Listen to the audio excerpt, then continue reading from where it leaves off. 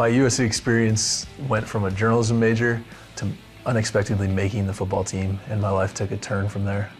The USC Rudy. Some people have said that, yeah. I was writing for the school newspaper, the Daily Trojan, and thought of an idea that I needed to write a story about the walk-ons on the team. What if I go through the tryout myself? It was an open tryout for any student at USC. So it was going to be a total joke. I mean, I was a newspaper reporter, and I hadn't played football since 5th grade. I was undersized, had no football pedigree, and there I was trying out. So you filled a 30-inch column, but you found out you got more.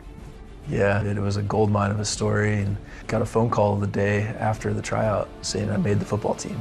At first, I thought it was a prank, and there I was getting a playbook. I was getting checked in with my equipment, and a couple days later, I was out practicing with the top-ranked football team in the country. Then all of a sudden, injury comes. Yeah. So I was out blocking on a play in practice one day, and I get my arm caught in a cornerback's pad.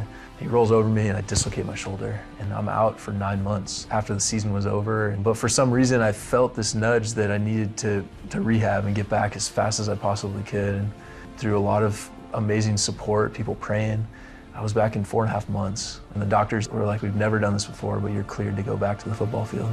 And then the campaign on campus starts. So a bunch of students saw themselves in me. You know, I was just the average student, and so they started a campaign, Get Ben In.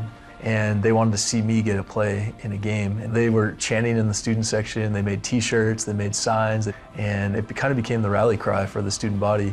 You work your way into the game. Final home game of the season against Rudy's Notre Dame. Running out of the tunnel, 90,000 fans. This is crazy. The quarterback calls the play, I write victory on one. There I am standing there on the line, lined up as a wide receiver. And the funny thing is that we'd never practiced that play. It's not even in the playbook because it's just the quarterback kneel. Thankfully, I figured it out. I mean, it was so surreal. It was just a sense of awe that, wow, God is truly amazing. What carried you through the whole process? Well, I had this overwhelming sense that God was with me in it, just encouraging me along that I did have a purpose there and I needed to find it. I tried to start a Bible study, that failed. I tried to start a prayer group, that failed. And it was very discouraging, very disheartening. But I knew deep down in my soul that God had me there for a reason far greater than just playing football. And then I got an idea. So I placed a Bible in everyone's locker on Christmas Eve, and we get back right before the Rose Bowl on January 1st. And I couldn't wait to get there that day because this is why God had me on the team. And I walk into the locker room and I see Bibles just shredded, pages ripped up, thrown all over the floor. You could barely even see the carpet. The trash can was half full of Bibles. I mean, I was devastated. I had poured my heart and soul into trying to find my purpose, have an impact for God, and it had failed once again. Investigators say they are confident that the death of Trojans place kicker Mario Danello was not a homicide.